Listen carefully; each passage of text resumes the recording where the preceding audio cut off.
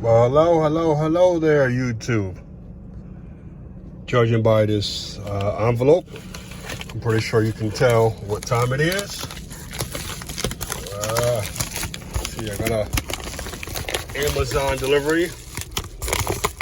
Jesus. I'm trying to pull it up. See if it's what I think it is. And it is. I had got ordered a couple of headrests for my front seats, and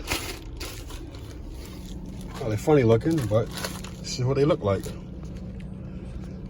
It's got the GMC name on it, and it comes in a pair of two. I got them off Amazon, and I figured let me get two first, and then I'll see what they look like, and then I might get the two for the middle row. The third row doesn't have, well, actually the third row has headrest too, but I don't use my third row. As you can tell, I got my third row folded up for trunk space, but I might get them for the middle row if they fit nice and tight and snug. So we'll see what happens, and I'll come back and let you know.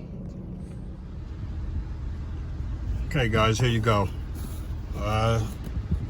It's just slid right on. You know, it's nothing hard to do. You have to take the headrest off and none of that. Sometimes you got on some of the headrest covers, you got to take the headrest off. I didn't have to take it off. Slid right on, and it's nice and tight like a glove, just like I wanted it to be. And it has little drawstrings right here. I just kind of tucked them under in case you want to, you know, I guess you can tie them to keep it from sliding. But for my seat, it's nice and tight, so I don't even got to do all that. So I just tucked the drawstrings on this side and tucked them in on that side. And voila, that's it. Like I said, you can get these. I got these off of Amazon. I think they're like 15 bucks or something like that, you know, free shipping. You know, just go in there and type in, you know, what did I type in? GMC head covers, and this is one of them that popped up.